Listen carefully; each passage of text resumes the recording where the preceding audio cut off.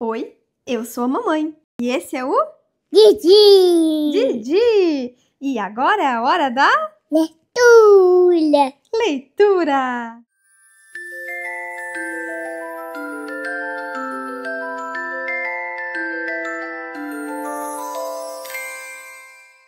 Hoje nós vamos ler o livro As Aventuras de Pedro Coelho. Qual tu quer primeiro, do Pedro Coelho ou do Benjamin?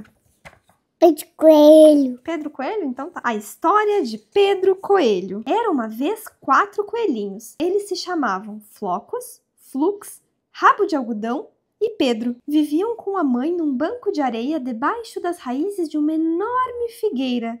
Tu lembra o que é uma figueira, filho? Não! Não? É uma árvore muito grande que dá figos. Essa é uma figueira. E os coelhinhos viviam embaixo dela. Certa manhã, a velha senhora Josefina Coelho alertou: "Bem, meus queridos, vocês podem passear pelos campos ou dar uma volta na estrada, mas não entrem na horta do senhor Severino. O pai de vocês sofreu um acidente lá. A senhora Severina o transformou em recheio de torta." Filho do céu. Isso é grave, né? O coelhinho não quer virar recheio. Não! Não.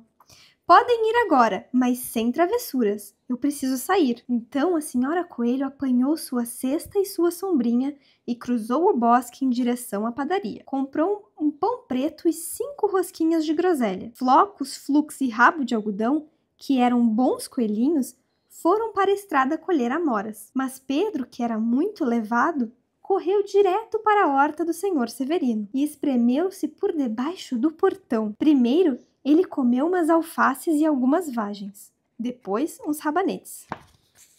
Então, como ficou meio enjoado, resolveu procurar um pouquinho de salsa. Mas, passando o canteiro de pepinos, quem ele encontrou? O senhor Severino em pessoa. O senhor Severino estava ajoelhado, plantando uns repolhinhos. Ele deu um salto e saiu correndo atrás de Pedro, balançando um ancinho. Sabe o que é um ancinho?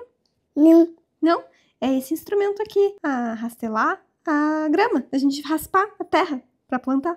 Balançando um ancinho e gritando: "Pega ladrão! Pega ladrão!" Pedro estava morrendo de medo. Ele corria por todos os cantos da horta, porque havia esquecido o caminho de volta até o portão. Entre os repolhos, ele perdeu um pé de seus sapatinhos. O outro perdeu entre as batatas. E depois de perdê-los, começou a correr usando as 4 patas e ficou ainda mais rápido. Acho até que teria escapado se infelizmente não tivesse ficado preso numa rede do canteiro de groselhas, onde os botões da sua jaqueta se engancharam. Era uma jaqueta azul com botões de metal, novinha em folha. Pedro concluiu que estava perdido e chorou de dar dó. Uns pardais camaradas ouviram seus soluços, voaram até ele numa grande agitação e imploraram para que ele não desistisse de fugir. O senhor Severino apareceu com uma peneira. Ele pretendia jogá-la sobre Pedro, que conseguiu se esquivar bem na hora, deixando a sua jaqueta para trás. Ele correu para o depósito de ferramentas e pulou para dentro do regador.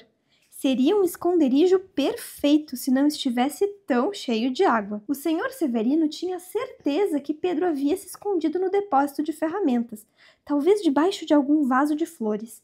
Começou a desvirá-los cuidadosamente, olhando embaixo de cada um. Dali a pouco, Pedro espirrou: "Atchim!" Num segundo, o senhor Severino estava atrás dele. O senhor Severino tentou pisotear o coelhinho, que saltou pela janela, derrubando 3 vasos de flores. A janela era pequena demais para o senhor Severino, que também já estava cansado de correr atrás do Pedro. Então, ele decidiu voltar para o seu trabalho. Pedro sentou-se para descansar. Estava sem fôlego e tremendo de medo. Além disso, não tinha a menor ideia do caminho que deveria seguir. Como se não bastasse, estava todo molhado, porque havia se enfiado naquele regador. Pouco depois, Pedro começou a perambular pela horta, dando uns pulinhos sem muito entusiasmo e olhando para todos os lados. Ele encontrou uma porta no muro, mas ela estava trancada e a fresta embaixo era estreita demais para um coelho gordinho passar. Uma velha camundonga passava correndo de um lado para o outro pela soleira da porta, carregando ervilhas e feijões para sua família no bosque. Pedro perguntou qual era o caminho para o portão, mas a camundonga tinha uma ervilha tão grande na boca que nem conseguiu responder. Ela só balançou a cabeça para dizer que não sabia. E o Pedro começou a chorar. Tadinho dele, né, filho? Coitadinho? Sim. Então, ele tentou achar o caminho cruzando a horta, mas foi ficando cada vez mais perdido. Dali a pouco, chegou no laguinho onde o senhor Severino enchia os seus regadores. Uma gata branca observava os peixinhos dourados. Ela estava sentada, imóvel como uma estátua, mas de vez em quando a ponta da sua cauda balançava. Pedro achou que era melhor ir embora sem falar com ela. O seu primo, o coelhinho Benjamin, já havia contado para ele algumas histórias sobre gatos. E não eram boas, né, filho? Não. Gato branco. Então, ele deu a volta na direção do depósito de ferramentas, mas de repente, ali pertinho, escutou o ruído de uma enxada raspando o solo. Ele se escondeu entre os arbustos. Mas um tempo depois, como nada acontecia, saiu do esconderijo e subiu num carrinho de mão para dar uma espiada. A primeira coisa que viu foi o senhor Severino escavando a terra perto das cebolas. Ele estava de costas para Pedro, e o portão estava logo ali depois dele. Pedro desceu silenciosamente do carrinho e começou a correr o mais depressa que podia, por uma trilha atrás de uns arbustos carregados de groselhas. O senhor Severino viu quando Pedro fez a curva, mas Pedro nem deu bola. Passou por baixo do portão e finalmente se viu a salvo no bosque, do lado de fora da horta. O senhor Severino pendurou a jaqueta e os sapatos de Pedro numa vara, fazendo um espantalho para afugentar os pássaros. Pedro não parou de correr um só minuto, nem olhou para trás uma única vez, até chegar em casa na grande figueira. Estava tão cansado que se esticou na areia macia e limpinha do chão da toca e fechou os olhos. Sua mãe estava ocupada cozinhando. Ela ficou se perguntando o que ele tinha feito com as suas roupas. Era a segunda jaquetinha e o segundo par de sapatos que o Pedro perdia em 15 dias. Lamento dizer que Pedro não passou muito bem naquela noite. Sua mãe o colocou na cama, fez um chá de camomila e deu para ele. Uma colherada antes de dormir, disse ela. Já flocos, flux e rabo de algodão